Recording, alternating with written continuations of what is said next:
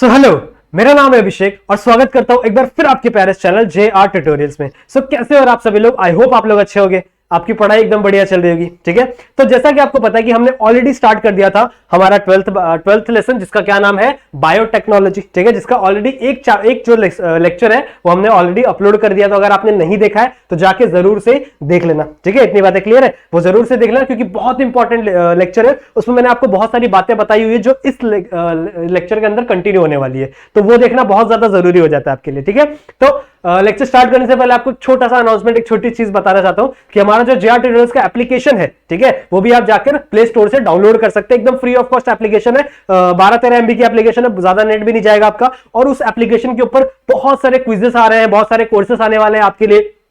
ठीक है, बहुत सारे क्वेश्चन आंसर पैटर्न आएंगे। ठीक है, बहुत सारे टेस्ट सीरीज चालू होने वाले हैं, तो जल्दी से जाके उसको डाउनलोड कर लेना, बहुत ज्यादा बेनिफिशियल आपके लिए होगा। और अगर आपको मेरे से कोई भी डाउट पूछना है, कोई भी मेरे सेशन के थ्रू कुछ भी आपको डाउट होता है, तो आप डायरेक्टली आके मेरे इंस्टाग्राम पे मुझसे पूछ सकते हैं। ठीक है, इतनी बातें क्लियर है। चलो आज स्टार्ट करते हैं हमारा लेक्चर नंबर 2।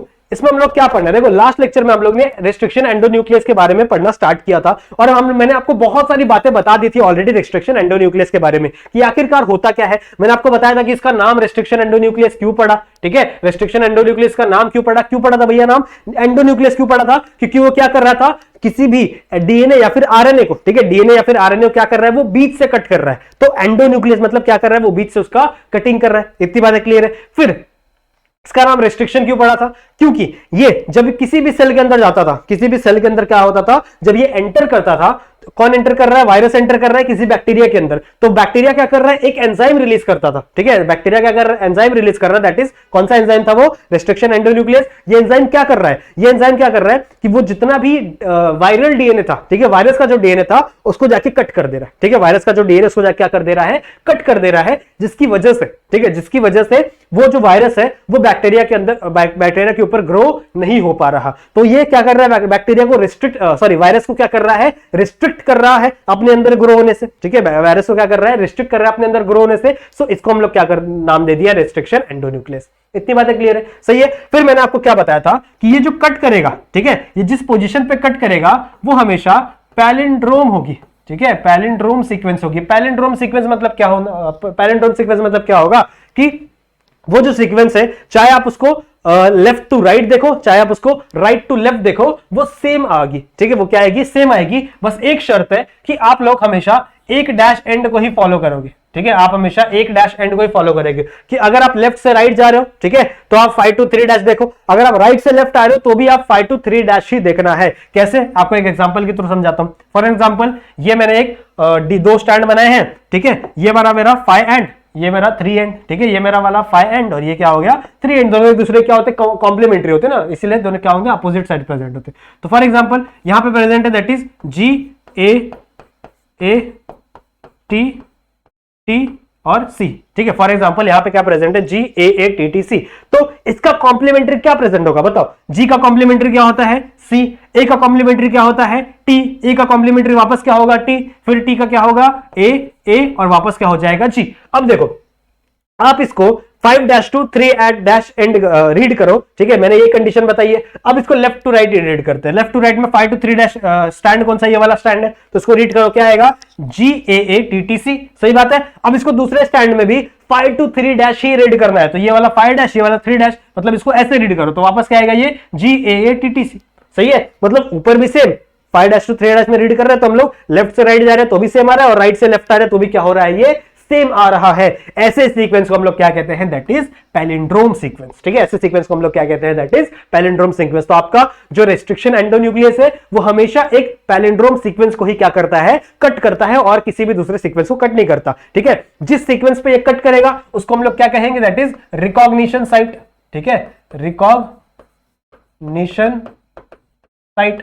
समझ में आ रही बात? ठीक है, रिकॉग्निशन साइट मतलब क्या कि वो कौन से साइट को पहचान रहा है। ठीक है, कौन से साइट को वो क्या कर रहा है? पहचान रहा है। ऐसे बहुत सारे टाइप के एंजाइम्स होते हैं। रेस्ट्रिक्शन एंडोन्यूक्लियस अराउंड हजारों टाइप के होते हैं। ठीक है, बहुत सारे टाइप्स के होते हैं, अराउंड 900 to 1000 कुछ ऐसे होते हैं। तो अलग अलग रेस्ट्रिक्शन एंडोन्यूक्लियस का या फिर रेस्ट्रिक्शन एंजाइम्स का अलग अलग क्या होता है? रिकॉग्निशन साइट होता है। तो कोई यहां पे कट कर रहा है, क्या पता कोई दूसरा एंजाइम हो, कोई दूसरी जगह कट करे। तो ये फॉर एग्जांपल एक आता है ECOR1। ठीक है, ECOR वन एक रेस्ट्रिक्शन एंडोन्यूक्लियस है। इसका नाम क्यों पड़ा E-COR1 मैं आप लोगों को बताऊंगा भी, ठीक है, कोई दिक्कत की बात नहीं, अभी समझ लेंगे हम लोग। तो फॉर एग्जांपल ये एक रेस्ट्रिक्शन एंडोन्यूक्लियस है, इसका नाम क्या है, E-COR1। अब ये E-COR1 कहां पे कट करता है, E-COR1 हमेशा, ठीक है, याद रखना, E-COR1 हमेशा G और A के बीच में कट करता है, ठीक है, G और A के बीच में क्या करेगा, ये क्या करेगा, हमेशा कट करेगा। तो ये G और A के बीच में यहां पे कट मारा, और यहां पे भी क्या करेगा, G और A के बीच में क्या होगा, कट होगा। तो किस टाइप का हमें यहाँ पे स्ट्रक्चर देखने मिलेगा, देखो यहाँ पे एक कट हुआ तो मतलब एक ऐसा और एक ऐसा स्ट्रक्चर देखने मिलेगा, जहां पे, ठीक है, एक ऐसा जहां पे यहाँ पे क्या प्रेजेंट है, इसका एक G प्रेजेंट है और इसका एक क्या प्रेजेंट है, C, ठीक है, ये इसका कॉम्प्लीमेंट है। बाकी इसके नीचे वाले क्या आ जाएंगे, T T A A, सही बात है, यहाँ पे एक कट हो गया ना, तो ये इस साइड आ गया। अब देखो इसका जो बॉन्ड है, हाइड्रोजन बॉन्ड है, वो क्या हो चुका है, टूट चुका है, मतलब यहाँ पे वो किसी से भी लिंक नहीं है। साथ ही साथ दूसरा कौन सा बनेगा, यहाँ पे एक बनेगा, यहाँ पे ऐसे कुछ बनेगा, ठीक है, यहाँ पे क्या नाम पड़ेगा इसका, दैट इज, देखो ये वाला यहां से कटा तो ये वाला यहां पे आ गया, बचा क्या यहाँ पे, ये A T T C, सही है, और इसका नॉर्मल यहाँ पे G। समझ में आया बात, ठीक है, समझ में आई ये। तो हमेशा जो E-COR1 है, ठीक है, वो हमेशा कहां कट करेगा, G और A के बीच में। जैसे वो G और A के बीच में कट करेगा तो कुछ इस टाइप के एंड मिलेंगे हम लोग को, ठीक है, कुछ इस टाइप का स्ट्रक्चर मिलेगा जहां पे ये अनकॉम्प्लीमेंटरी होगा, मतलब ये किसी के साथ बॉन्ड नहीं बना पाएगा। जहां आप लोग देखिए केमिस्ट्री में पढ़ते रहोगे ना कि अगर अनपेयर्ड ऑफ इलेक्ट्रॉन होते तो वो छटपटाने लगते हैं, फटाक से जाके बॉन्ड बनाने के लिए छटपटाने लगते हैं, किसी के साथ जाके फटाक से बॉन्ड बना लेते। जैसे Cl- है तो Cl- फटाक से जाके H+ के साथ बॉन्ड बना लेगा, HCl बना लेगा, या फिर Na+ है तो वो जाके Cl- के साथ क्या करेगा, बॉन्ड बना लेगा, NaCl बन जाएगा। वैसे ही यहां पे भी ये अनपेयर्ड ऑफ इलेक्ट्रॉन की तरह छटपटाने लगते हैं, ठीक है, इनको भी क्या चाहिए भैया, पेयरिंग चाहिए, इनको भी क्या होना है, पेयर होना है। तो इस एंड को ये फटक जाएगा, ये भी चिपक जाएंगे, ठीक है, इस एंड को इसीलिए हम लोग कहते हैं दैट इज स्टिकी एंड, ठीक है, इस एंड को हम लोग क्या कहते हैं, स्टिकी एंड। तो हमेशा जो एंडोन्यूक्लियस होते हैं वो एक जगह पे ही काटेंगे, ठीक है, एक जगह पे काटेंगे, दैट इज स्टिकी एंड। अब मैंने आप लोग क्या बताया था कि फॉर एग्जांपल डीएनए जो था वो बहुत बड़ा था ना, ऐसे बड़ा सा डीएनए था, तो इस पूरे डीएनए के अंदर ये जो सीक्वेंस है ना, ये बहुत नंबर ऑफ टाइम रिपीट होगी, बहुत बार रिपीट होगी, सही बात है। सो फॉर एन एग्जांपल जहां जहां पे ये सीक्वेंस होगी, ठीक है, वहां पे क्या करेगा, E-COR1 क्या मारेगा, इसको कट करेगा, ठीक है, E-COR1 कट मारेगा यहाँ पे। तो यहाँ पे कट लग गया, फॉर एन एग्जांपल यहाँ पे कट लग गया, यहाँ पे कट लग गया, सही है, यहाँ पे कट लग गया। तो मेरा जो जीन ऑफ इंटरेस्ट था, ठीक है, मेरा जो जीन ऑफ इंटरेस्ट था वो कहां पड़ा हुआ है, फॉर एन एग्जांपल वो पड़ा है इस जगह पे, ठीक है, वो कहां पड़ा हुआ है, इस जगह पे पड़ा हुआ है। तो मैंने क्या किया, यहां से कट मारा, यहां से कट मारा, और मेरा जीन ऑफ इंटरेस्ट बाहर आ गया। ये कैसे होता है, फिर हम इसके बाद कौन सा प्रोसेस होता है, वो मैंने आप लोगों को ऑलरेडी लास्ट लेक्चर में पढ़ा दिया था कि कैसे जीन ऑफ इंटरेस्ट को यहां से निकाल के फिर इसको अगले आगे ट्रांसफर करते हैं। वहां तक हमारी बात चल रही थी ना। तो आई होप आप लोगों को ये सब समझ में आ गया होगा, ये इतना क्लियर है ना, कैसे यहां पे कट करता है। सिमिलरली आप लोग को, जैसे आप लोग ने डीएनए को कट किया है जिस एंडोन्यूक्लियस से, उसी एंडोन्यूक्लियस से आपको हमारे वेक्टर को भी कट करना पड़ेगा, ठीक है, उसी एंडोन्यूक्लियस से आपके वेक्टर को भी कट करना पड़ेगा। हमारा वेक्टर क्या यूज किए थे हम लोग, प्लाज्मिड यूज किए थे, जैसा राउंड सा होता है, तो इसको भी यहां से कट करो ताकि ऐसे क्या हो जाएगा, वो ओपन हो जाएगा। सही बात है, ठीक है, इतनी बातें क्लियर, वो भी मैं आप लोग को पढ़ाऊंगा, प्लाज्मिड वापस एक बार दिखाऊंगा, ठीक है। तो अभी देखो, हाँ, ये एक स्ट्रक्चर दिया आपकी बुक में, ठीक है, यहाँ पे देखो एक छोटा सा स्ट्रक्चर दिया है जहां पे बताया जा रहा है कि कैसे कटिंग पॉसिबल हो रही है, कैसे हो रही है कटिंग। तो यहाँ पे देखो एक डीएनए का सीक्वेंस है जहां पे क्या प्रेजेंट है, GAATTC, सिमिलर से यहाँ प्रेजेंट है GAATTC। ये किसकी रिकॉग्निशन साइट है, देखो यहाँ पे लिखा हुआ है, ये किसकी रिकॉग्निशन साइट है, दैट इज E-COR1 की, ठीक है, किसकी रिकॉग्निशन साइट है, दैट इज E-COR1 की। अगर आप लोग को नहीं दिख रहा है तो थोड़ा सा अपनी वीडियो की क्वालिटी बढ़ा लेना, 480p पे देखना, आप लोग को दिखेगा ये सब, ठीक है। तो थोड़ा सा क्वालिटी बढ़ा रहा हूं, देखो यहाँ पे आप लोग को सारी चीजें दिखने लगेंगी। तो ये क्या है, E-COR1 का रिकॉग्निशन साइट है, ये मेरा डीएनए है, डीएनए के E-COR1 पे क्या है, रिकॉग्निशन साइट है, कौन सा है, दैट इज GAATTC, और यहाँ पे इसको उल्टा करो, दैट इज GAATTC। तो ये क्या है, एक पैलिंड्रोम सीक्वेंस है। So DNA showing a palindromic sequence, सही बात है, पैलिंड्रोमिक सीक्वेंस। अब यहाँ पे क्या आएगा, E-COR1 आएगा, ये है अपना restriction enzyme, that is E-COR1, सही है, E-COR1, या फिर पहले से लिखा हुआ था,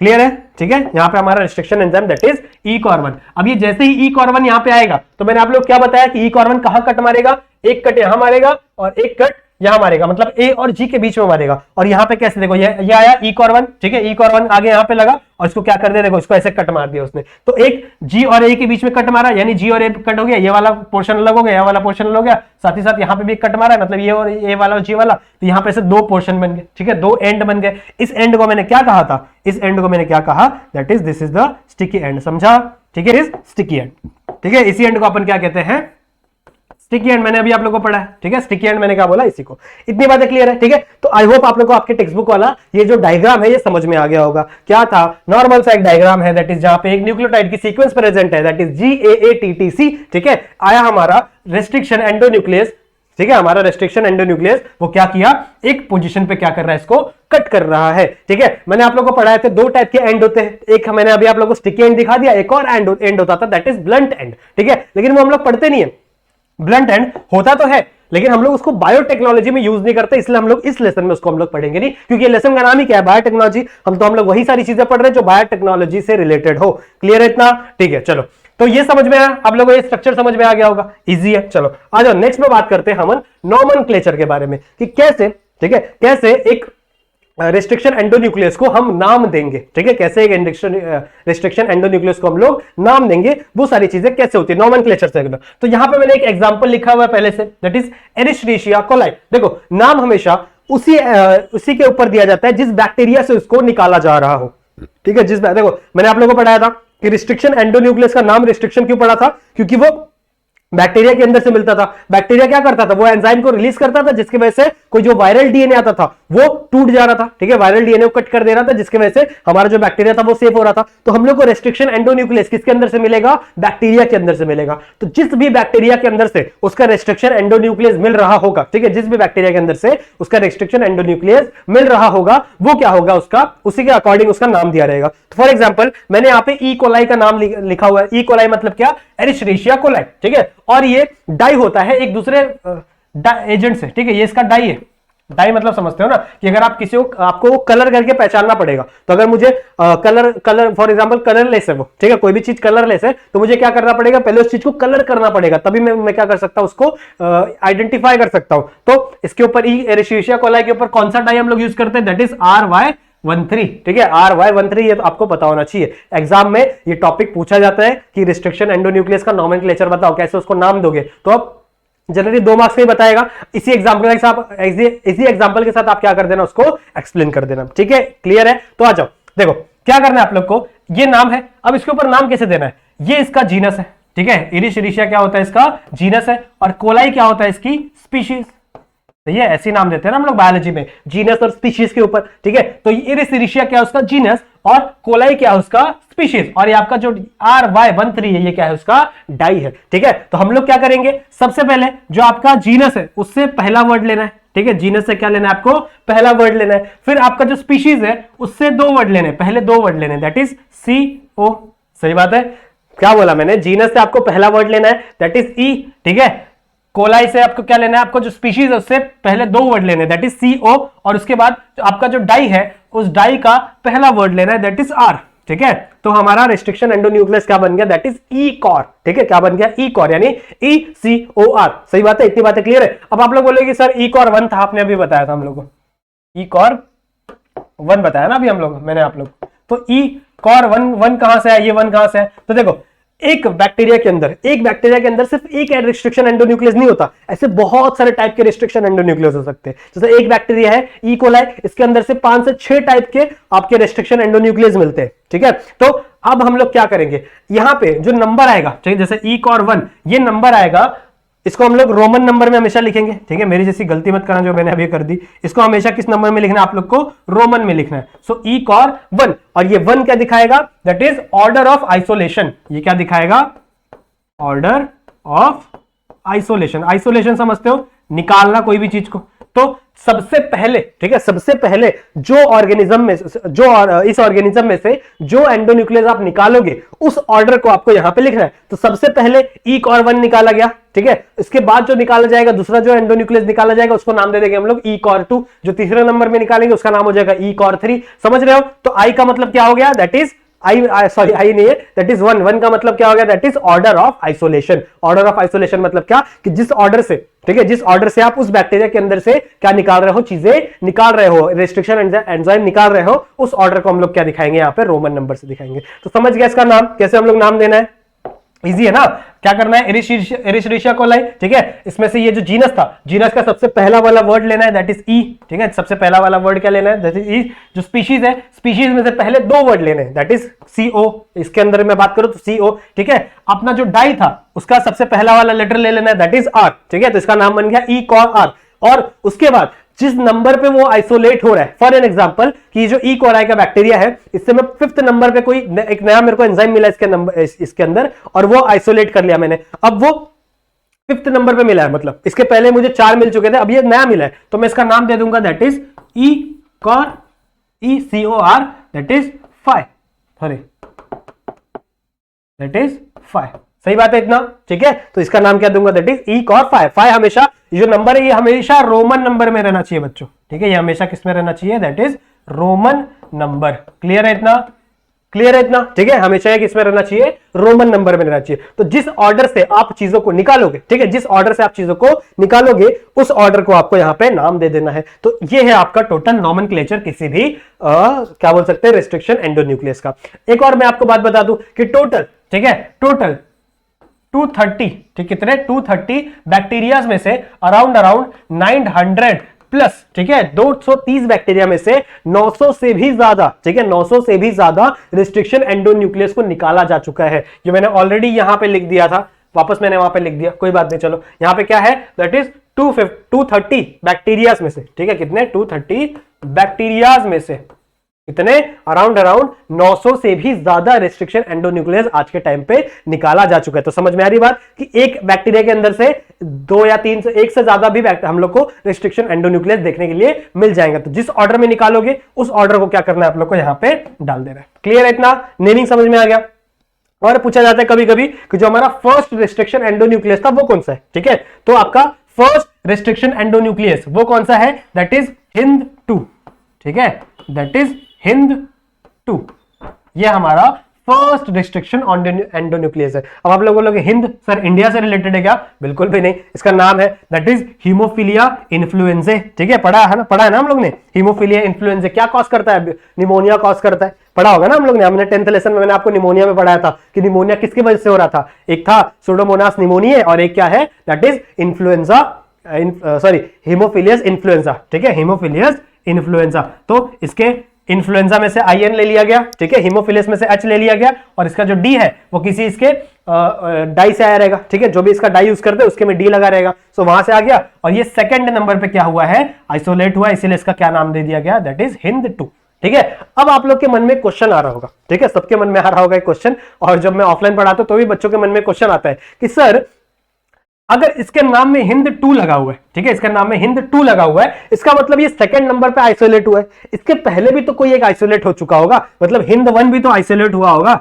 हिंद 1 मैंने अभी आप लोगों को बताया ना कि ये जो रोमन नंबर है ये क्या दिखाता है, ऑर्डर ऑफ आइसोलेशन, मतलब किस ऑर्डर में क्या किया हमने, आइसोलेट किया हुआ है। तो इस हिंद 2 से पहले भी हिंद 1 को आइसोलेट किया गया होगा, सही बात है। तो कैसे हम लोग बोल सकते हैं कि जो हिंद 2 है that was the first restriction endonuclease, कैसे हम लोग बोल सकते हैं, ठीक है। तो ये आपका होमवर्क है, ये क्या है आपका होमवर्क है, आप लोग को जिसको आता है, ठीक है, वो जाएगा मेरे इंस्टाग्राम पे या फिर कमेंट सेक्शन में क्या करेगा, डायरेक्टली बताएगा कि सर ऐसा सर ये रीजन है, इसकी वजह से ऐसा कहा जाता है। जिसको नहीं पता है वो थोड़ा सा सर्च करे, थोड़ा सा मेहनत करे, तभी तो पता चलेगा कि आप कितने इंटरैक्टिव हो, ठीक है। वो आए फटाक से मेरे इंस्टाग्राम पे और मुझे बताए कि सर ये रीजन है, फिर भी अगर आपको नहीं समझ में आया, फिर भी अगर आपको नहीं मिला कि सर इसको हिंद 2 को फर्स्ट क्यों कहा जाता है, तो आप डायरेक्टली आओ मेरे इंस्टाग्राम पे, बोलो सर मुझे नहीं समझ में आया, तो मैं आपको रीजन दे दूंगा। तो ये आपका होमवर्क है, ये आपको जरूर से करना है, ठीक है, सबको जरूर से करना है, डायरेक्टली मुझे आके बताना है कि सर इसका ये रीजन है इसलिए इसको हिंद 2 कहते हैं, ठीक है। क्लियर है, मैंने आप लोग को यहां पे अगर आप ये पढ़ोगे that is order of isolation, कहां गया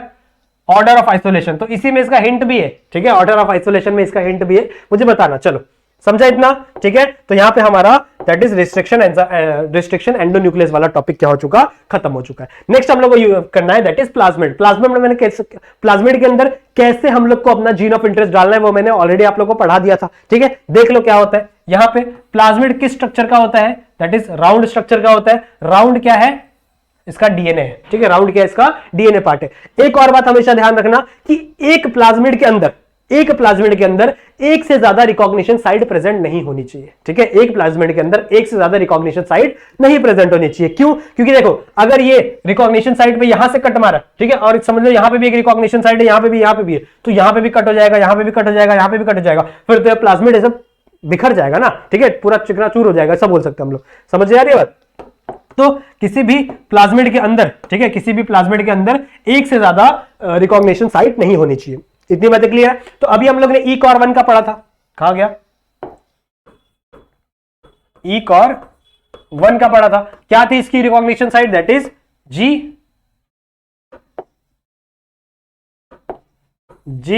GAATTC, ये इसकी रिकॉग्निशन साइट थी। ठीक है, यही इसका पैलिंड्रोमिक सीक्वेंस था। तो यहां पे भी लगा लो वही सारी सेम चीज। ठीक है, यहां पे वही सेम चीज लगा लो, दैट इज हमारा GAATTC। सही है, अब इसका कॉम्प्लीमेंट्री यहां पे आ जाएगा, दैट इज GAATTC। सही बात है? ठीक है, क्लियर है? ये इतना क्लियर है? ठीक है, अब आपको क्या करना है, मैंने आप लोगों को बोला कि जिस एंडोन्यूक्लियस से आप वेक्टर को काटोगे, ठीक है, या फिर अपने प्लाज्मिड को काटोगे, उसी सेम एंडोन्यूक्लियस से आपको क्या करना था? रिस्ट्रिक्शन अपना जो जीन ऑफ इंटरेस्ट था वो भी निकालना था। समझ में आ रही बात? मतलब दोनों को आपको सेम टू सेम एंडोन्यूक्लियस से आपको कट करना था। ऐसा क्यों? क्योंकि यहां पे जो एंड बने थे, ठीक है, स्टिकी एंड बने थे, वही सेम एंड यहां पे बनेंगे। देखो यहां पे भी कट मारेगा, यहां पे भी कट होगा, तो ये क्या हो जाएगा? ऐसे खुल जाएंगे। ठीक है, और आपका सेम आपका जो एज इट इज, ठीक है, आपका एज इट इज जो आपका जीन ऑफ इंटरेस्ट था वो क्या हो जाएगा? इसके अंदर फिट हो जाएगा। समझ में आ रही बात? ठीक है, क्या हो जाएगा? इसके अंदर फिट हो जाएगा, और इजीली आप क्या कर सकते हो? ट्रांसमिशन कर सकते हो प्लाज्मिड का, किसके अंदर?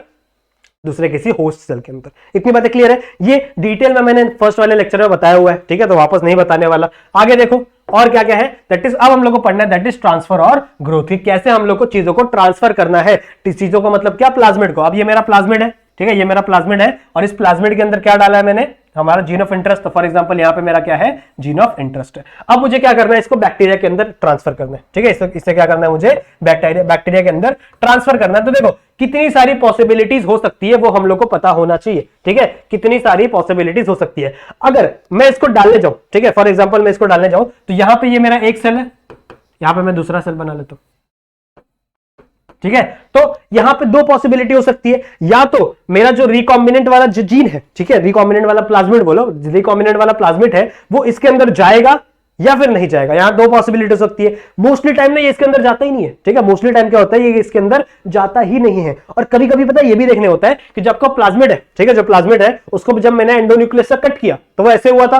ठीक है, अब मुझे यहां पे जीन ऑफ इंटरेस्ट क्या करना था? फिट करना था। लेकिन फिट करने से पहले ही, ठीक है, फिट करने से पहले ही आपका जो ये था प्लाज्मिड था वो वापस क्या हो जाएगा? स्टक हो जाएगा। ऐसा क्यों? क्योंकि उसके पास भी तो स्टिकी एंड प्रेजेंट है। सही है ना, उसके पास भी तो स्टिकी एंड प्रेजेंट था, तो वो क्या हो जाएगा? खुद से ही बाइंड कर जाता है। तो कभी कभी अपना जो जीन ऑफ इंटरेस्ट है वो प्लाज्मिड में लगता है, और कभी कभी नहीं भी लगता है। ऐसे भी चांसेस होते हैं। मोस्टली नहीं लगता है। ठीक है, वो फटाक से क्या कर लेता है? खुद ही को क्या कर लेता है? स्टिक कर लेता है। समझ में आ रही बात? इतनी बातें क्लियर है? ठीक है, समझा? अब यहां पे देखो दो पॉसिबिलिटी हो सकती है, या तो ये इसके अंदर चला जाएगा, या तो ये इसके अंदर नहीं जाएगा। ठीक है, या तो इसके अंदर चला जाएगा, या तो ये इसके अंदर नहीं जाएगा। ठीक है, जिसके अंदर, ठीक है, जिसके अंदर भी आपका ये वाला सेल चला जाता है, ठीक है, जिसके अंदर भी ये वाला सेल क्या हो जाता है? सेल बोल रहा हूं, प्लाज्मिड चला जाता है, उसको हम लोग बोलते हैं दैट इज ट्रांसफॉर्मेंट। उसे हम लोग क्या कहते हैं? That is transformant cell. ठीक है, उसे हम लोग क्या कहते हैं? That is transformant cell. Clear है? तो फॉर एन एग्जांपल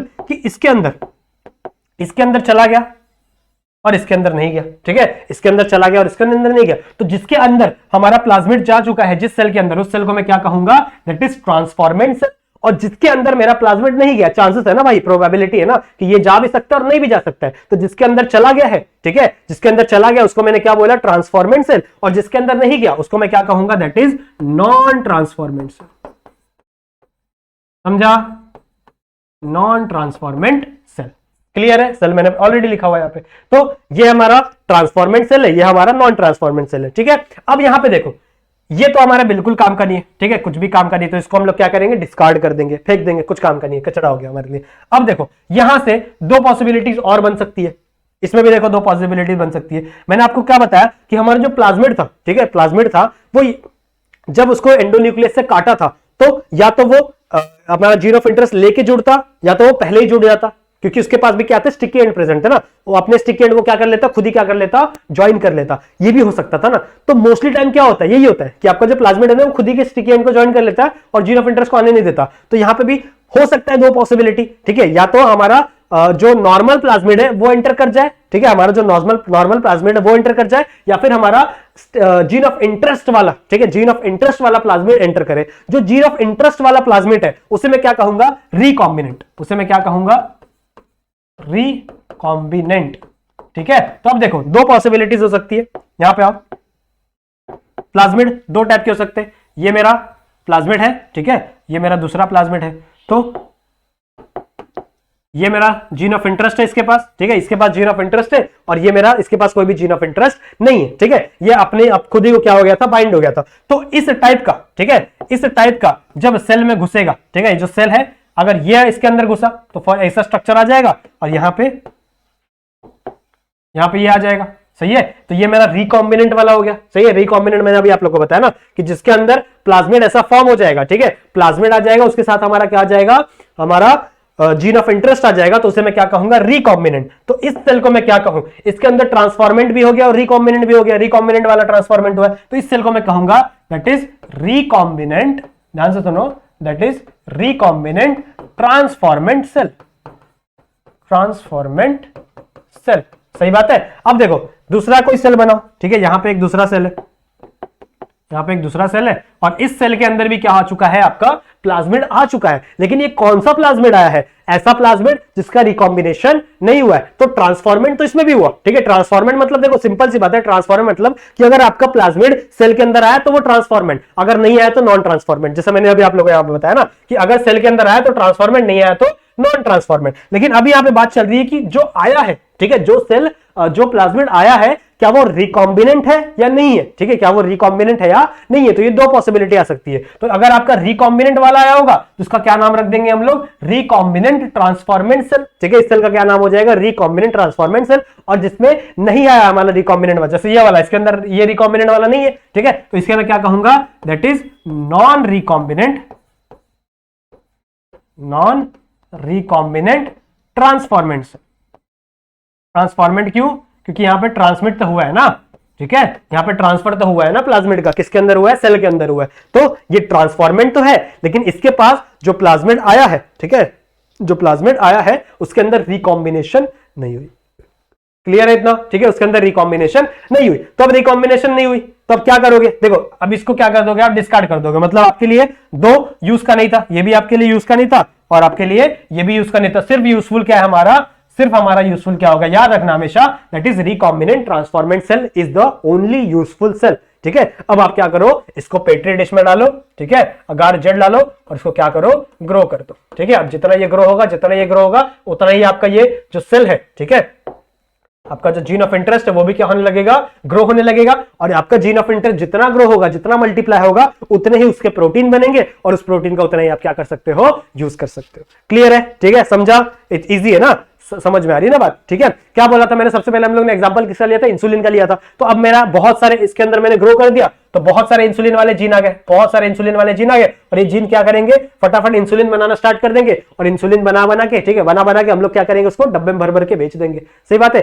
हर एक ई कोलाई, देखो ई कोलाई के अंदर हो रहा था ये सब काम, तो एक ई कोलाई को, ठीक है, याद रखना हमेशा, एक ई कोलाई को रिप्रोड्यूस होने में सिर्फ और सिर्फ 20 मिनट लगते हैं, क्योंकि वो बैक्टीरिया है ना, समझ रहे हो। तो एक ई कोलाई को रिप्रोड्यूस होने में सिर्फ और सिर्फ कितना टाइम लगते हैं, 20 मिनट लगता है। एक 20 मिनट के अंदर हमारा जो ई कोलाई वो क्या हो जाता है, रिप्रोड्यूस हो जाता है। मतलब हमारा जो ई कोलाई है वो बढ़ते जाएगा, साथ ही साथ आपका जीन ऑफ इंटरेस्ट भी जो था वो भी क्या होने लगेगा, इंक्रीज होने लगेगा। और ये क्या करेगा, आपका इंसुलिन का जीन फॉर्म करेगा, और उस इंसुलिन जैसे ही जितना इंसुलिन बनेगा उसको आप क्या करो, ई कोलाई को क्रश करो, ठीक है, उसके अंदर से इंसुलिन का जीन निकालो, सॉरी इंसुलिन निकालो, और उसको क्या करो, डब्बे में भरो और डब्बे में भर के बेच दो, ठीक है। जितने भी बेच दो, मतलब क्या, जितने भी अपने डायबिटीज वाले पेशेंट है उनकी हेल्प हो जाएगी। क्लियर है इतना, ठीक है, समझा। तो आई होप आप लोगों को ये समझ में आ गया हो। नेक्स्ट एक छोटा सा टॉपिक है जो मैंने पहले नहीं पढ़ा आप लोग को, क्योंकि ये इतना ज्यादा रिलेटेड नहीं है हमारे टॉपिक से, दैट इज पीसीआर, ठीक है। पीसीआर को हम लोग कहते हैं पॉलीमरेज चेन रिएक्शन, ठीक है, इसका फुल फॉर्म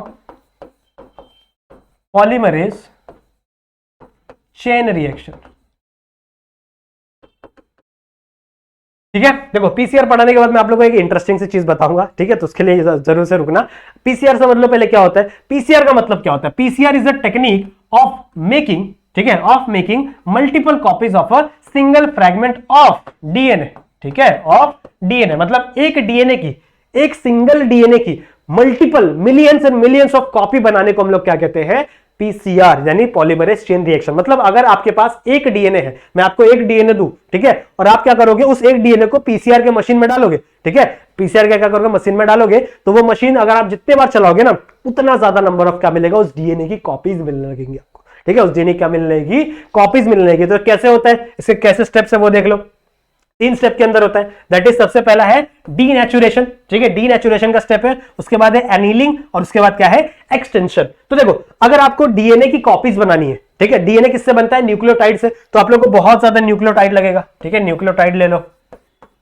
आपका स्टार्टिंग मटेरियल क्या होगा? न्यूक्लियोटाइड ले लो, ठीक है। फिर उसके बाद क्या हो जाएगा? डीएनए ले लो, डीएनए लगेगा ना, ठीक है। डीएनए बनाने के लिए क्या लगेगा? दैट इज डीएन, ठीक है, समझ में आ रही बात? इतनी बातें क्लियर है, ये मिल जाएगा आप लोग को। साथ ही साथ डीएनए रेप्लिकेशन, अच्छा ये नहीं लगेगा, सॉरी, पॉलीमरेज लगेगा, सॉरी, कोई बात नहीं, ठीक है, डीएनए पॉलीमरेज लगेगा। पॉलीमरेज क्या करता है? उसके नंबर को और बढ़ाता है। जितने भी एक डीएनए की चेन है उसमें जो एंडोन्यूक्लियस है वो क्या करेगा? यहाँ पे और एक न्यू चेन को, न्यू स्ट्रैंड को बनाने का काम करेगा। कौन? पॉलीमरेज, ठीक है। तो क्या लगेगा आपको? डीएनए पॉलीमरेज लगेगा। साथ ही साथ आपको प्राइमर लगेगा, ठीक है, साथ ही साथ आपको क्या लगेगा? प्राइमर लगेगा। प्राइमर क्या करता है? प्राइमर सबसे पहले अटैच होता है, ठीक है। जब भी आपको एक नई चेन बनानी होगी तो नई चेन पे सबसे पहले कौन अटैच होगा? प्राइमर अटैच होगा, और फिर उस प्राइमर से आगे चल क्या बनेगा? आपका डीएनए का पूरा फॉर्मेशन होगा। तो ये 3 चीजें आपको बहुत ज्यादा लगेगी। That is nucleotide, that is DNA polymerase, और दैट इज प्राइमेज, ठीक है, प्राइमर, जो भी आप बोल लो, ठीक है, चलेगा इतना? आ जाओ, 3 स्टेप्स में अपने को डिवाइड करना है। That is denaturation. डीनेचुरेशन में क्या होगा? इस डीएनए को हम लोग 90 टू 98 डिग्री सेल्सियस तक, कितना? 90 टू 98 डिग्री सेल्सियस तक इसको हीट करेंगे। अब जैसे ही आप इतने डिग्री सेल्सियस पे इसको हीट करना स्टार्ट करोगे ना, ये जो 2 स्टैंड होती है डीएनए की, डीएनए में 2 स्टैंड होती है, ऐसे ऐसे करके 2 स्टैंड होती है ना, तो ये 2 स्टैंड क्या होने लगेंगी? अलग होने लगेंगी, और ये टूट जाएंगी, ठीक है। 2 स्टैंड क्या हो जाएंगी? अलग हो जाएंगी, और ये टूट जाएंगी। इस स्टेप को हम लोग क्या कहते हैं? डीनेचुरेशन, ठीक है। इस स्टेप को हम लोग क्या कहते हैं? डीनेचुरेशन। कितने टेंपरेचर पे होती है? That is 90 to 98। याद रखो हमेशा, बहुत इंपॉर्टेंट है, ठीक है, एग्जाम में आता है पीसीआर टेक्निक के बारे में। सो डीनेचुरेशन यानी 90 टू 98 डिग्री पे आप क्या करोगे? उस डीएनए पार्टिकल को उतने टेंपरेचर पे लेके जाओगे जिससे क्या होगा? वो जो डीएनए है ना, उसके जो 2 स्टैंड है वो क्या हो जाएंगे? अलग हो जाएंगे, स्प्लिट हो जाएंगे। फिर नेक्स्ट स्टेप क्या होगा? दैट इज एनीलिंग, ठीक है। एनीलिंग में क्या होगा? एनीलिंग कितने स्टेप पे? That is 40 to 60 degree Celsius. मतलब आपको क्या करना है? टेम्परेचर धीरे धीरे कम करना है। जैसे आप टेम्परेचर क्या करोगे? धीरे धीरे कम करोगे, उसके बाद अब देखो ये 2 अलग हुई थी स्टैंड, ठीक है, 2 स्टैंड अलग हुई थी। अब इन दोनों स्टैंड के ऊपर एक प्राइमर लगना शुरू हो जाएगा, ठीक है। क्या लगना शुरू हो जाएगा? प्राइमर लगना शुरू हो जाएगा। तो यहां पे एक प्राइमर लग गया, यहां पे एक प्राइमर लग गया, सही बात है, यहां पे एक प्राइमर लग गया और यहां पे एक प्राइमर लग गया। किस स्टेप में होगा? ये एनीलिंग वाले स्टेप में होगा। साथ ही साथ इसके ऊपर डीएनए पॉलीमरेज भी लग जाएगा, ठीक है, इसके ऊपर क्या लग जाएगा? डीएनए पॉलीमरेज भी लग जाएगा। और फिर इसके टेंपरेचर को क्या किया जाता है? इंक्रीज किया जाता है, जिस स्टेप को हम लोग क्या कहते हैं? That is extension. जैसे ही आप इसको कितने टेंपरेचर पे लेके जाओगे? That is 70 to 75 degree Celsius पे लेके जाओगे, जैसे उसी टाइम पे क्या होने लगेगा? ये आपका जो डीएनए पॉलीमरेज है ना, ये आगे आगे बढ़ने लगेगा, और यहां से एक न्यू न्यूक्लियोटाइड को क्या करने लगेगा? ज्वाइन करेगा, और यहां से एक नई चेन बन जाएगी। तो इसकी एक नई चेन, इसकी एक नई चेन, यहां पे दो डीएनए की चेन होगी। मतलब देख रहे हो, यहां पे डबल स्टैंडर्ड 2 डीएनए हो गए ना। पहले एक ही डबल स्टैंडर्ड डीएनए, तो आप कितने डीएनए डबल स्टैंडर्ड हो गए? 2 हो गए, सही बात है। तो ऐसे आपकी क्या होगी? ये जो पॉलीमरेज चेन रिएक्शन है, ये एक चेन रिएक्शन है, देख रहे हो, एक चेन में चीज चल रही है। पहले डीनेचुरेशन करो, फिर एनीलिंग करो, फिर एक्सटेंशन करो। डीनेचुरेशन में क्या करना है आप लोग को? 90 टू 98 डिग्री पे क्या करना है? उस डीएनए मॉलिक्यूल को लेके जाना है, फिर उसका टेंपरेचर कम करना है, कितना? 40 टू 60 डिग्री पे, जिसमें क्या होगा? प्राइमर लग जाएगा और डीएनए पॉलीमरेज लग जाएगा। नेक्स्ट क्या होगा आपका? उसको लेके वापस उसका टेंपरेचर बढ़ा दो, दैट इज 70 टू 75 पे लेके चले जाओ, और फिर क्या हो जाएगा? वो वापस उसके अंदर नए फॉर्मेशन हो जाएगा, और यहाँ पे 2 डीएनए का स्टैंड बन जाएगा, सही बात है, ठीक है। 2 डीएनए की क्या बन जाएगी? स्टैंड बन जाएगी। ऐसे ही आप एक पॉलीमरेज चेन रिएक्शन को होने में अराउंड 3 से 4 मिनट लगते हैं, ठीक है। एक पॉलीमरेज चेन रिएक्शन को होने में अराउंड 3 से 4 मिनट लगते हैं, समझ में आ रहा है? तो इतने टाइम में, थोड़े से टाइम में आप बहुत ज्यादा, ठीक है, अगर बात करूं आधे घंटे 1 घंटे की बात करूं, तो उसके अंदर millions and millions of copy क्या कर सकते हो? आप बना सकते हो। क्लियर है? ठीक है, समझ में आ रही बात? तो यही होता है पीसीआर, ठीक है। अब देखो एक छोटी सी बात आपको बताता हूं, मजेदार है कि जब आप अभी बीच में देखो कोविड का ये फैला हुआ था, कोविड वायरस फैला हुआ था, आप लोगों को तो पता ही होगा क्योंकि आप लोग मजे हो गए थे ना, एग्जाम नहीं देना पड़ा था। तो उस टाइम पे क्या होता था कि किसी की भी कोविड की टेस्टिंग होती थी, जब कोविड को टेस्ट किया जाता था तो उसके लिए एक टेक्निक यूज करते थे वो लोग, जिसको वो लोग कहते थे दैट इज RT-PCR। सुना होगा आप लोग ने, उसको वो लोग क्या कहते थे, RT-PCR। ठीक है, तो ये PCR तो हम लोग को समझ में आ गया। PCR मतलब क्या था, दैट इज एक डीएनए से, एक सिंगल डीएनए से हजारों डीएनए बना दो, मिलियन डीएनए, 1 मिलियन डीएनए बना लो। ठीक है, उसको हम लोग क्या कहते हैं, PCR बोलते हैं। सही है, पीसीआर मैंने अभी आप लोगों को बता दिया ना। पीसीआर मतलब क्या कि एक डीएनए को आप मल्टीपल नंबर ऑफ क्या कर लो, कॉपी कर लो, उसे मैं पीसीआर कहता हूं। सो ये आरटी मतलब क्या होता है, देखो हम लोग ने पढ़ा है बचपन में, जब हम लोग प्रोटीन सिंथेसिस पढ़ते थे तो हमेशा क्या करते थे हम लोग, डीएनए से आरएनए बनाते थे। ठीक है, हम लोग क्या करते थे, हमेशा डीएनए से आरएनए बनाते थे। इस प्रोसेस को हम लोग क्या कहते थे, दैट इज ट्रांसक्रिप्शन। क्या कहते हैं इसको, प्रोसेस को हम लोग ट्रांसक्रिप्शन। लेकिन अगर किसी पर्सन की बॉडी के अंदर, ठीक है, किसी पर्सन की बॉडी के अंदर वायरस घुस रहा है तो वायरस के पास डीएनए नहीं होता, वायरस के पास होता है आरएनए। ठीक है, वायरस के पास क्या होता है, आरएनए। कहां लिखे, मिटा दे, तो मिटा देते।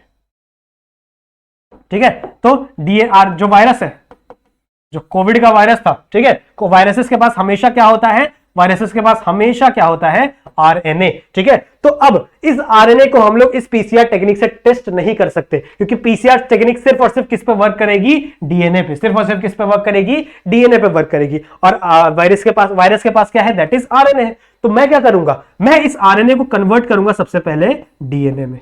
ठीक है, इसको कन्वर्ट करूंगा सबसे पहले किसमें, डीएनए में। देखो डीएनए से आरएनए बनाने को हम लोग क्या कहते हैं, ट्रांसक्रिप्शन। ट्रांसक्रिप्शन, सही है। ठीक है, डीएनए से आरएनए को बनाने को हम लोग क्या कहते हैं, ट्रांसक्रिप्शन। तो अगर मैं आरएनए से डीएनए बनाऊंगा तो क्या मैं इसे रिवर्स ट्रांसक्रिप्शन कह सकता हूं, कह सकता हूं, बुरा नहीं मानोगे ना, इसे मैं क्या कह सकता हूं, दैट इज रिवर्स ट्रांसक्रिप्शन। तो जब मैं रिवर्स ट्रांसक्रिप्शन कर दूंगा वायरस के अंदर तो मुझे आरएनए से क्या बन जाएगा, डीएनए बन जाएगा। अब इस डीएनए का, ठीक है, अब इस डीएनए में मैं क्या इजीली क्या कर सकता हूं, हमारा पॉलीमरेज चेन रिएक्शन अप्लाई कर सकता हूं और मुझे एक डीएनए के बड़े सारे कॉपी मिल जाएंगे। ठीक है, तो इसके इन्फेक्शन में होता यही था कि आपको थोड़ा सा अगर आपके अंदर डीएनए का ये घुसा है ना, वायरस घुसा है ना, तो पीसीआर टेक्निक में पता ही नहीं चल, मतलब नॉर्मली आपको पता ही नहीं चल पाएगा। नॉर्मली अगर ब्लड टेस्ट किया जाए, कुछ भी किया जाए, तो उसमें नॉर्मली कोविड का वायरस डिटेक्ट ही नहीं होता था। तो हमें क्या करना पड़ता था, उस डीएनए को नंबर ऑफ टाइम डिवाइड करना पड़ता था, 1000 मिलियन कॉपी बनानी पड़ती थी, तब जाके हमें पता चलता कि अच्छा ये वाला जो डीएनए था ये वायरस का डीएनए, वायरल डीएनए। तब हम लोग बोलते कि हाँ भैया इसको कोविड हुआ है। समझ में आ रही बात, तो ये था आरटीपीसीआर। फुल फॉर्म समझ में आ गया, that is reverse transcription polymerase chain reaction. ठीक है, reverse transcription polymerase chain reaction, ये एक फन फैक्ट है इस टॉपिक के ऊपर। क्लियर है, ठीक है, समझ में आ गया। तो इसका जो आपका बायोटेक्नोलॉजी वाला प्रोसेस वाला पार्ट था वो पूरा का पूरा कंप्लीट हो चुका है। नेक्स्ट जो पार्ट है that is application of biotechnology, मतलब हम बायोटेक्नोलॉजी को कहां कहां यूज करेंगे वो हम लोग को पढ़ना है, जो कि एक लेक्चर में और खत्म हो जाएगा। ठीक है, आई होप आप लोग को आपको ये लेक्चर समझ में आ गया होगा, पढ़ने मजा आया होगा। क्लियर है, ठीक है। सो मिलते हैं नेक्स्ट वीडियो में। अगर आपको वीडियो पसंद आया है तो लाइक जरूर से करना, चैनल को सब्सक्राइब कर लो। अगर नए हो तो जो हमारा बेल आइकन है उससे क्या कर लो, ऑल पे सेट कर लो। ठीक है, सब्सक्राइब तो करना है, बेल आइकन को भी ऑल पे सेट करना है। और साथ ही साथ अगर आपने पिछली वीडियोस नहीं देखी है तो टाइम बहुत कम है, ठीक है, जाके फटाफट उसका स्पीड बढ़ा के उससे क्या कर लो, वापस देख लो। क्लियर है, समझ में आया? तो मिलते हैं किसी नेक्स्ट वीडियो में, तब तक के लिए कीप स्टडीइंग।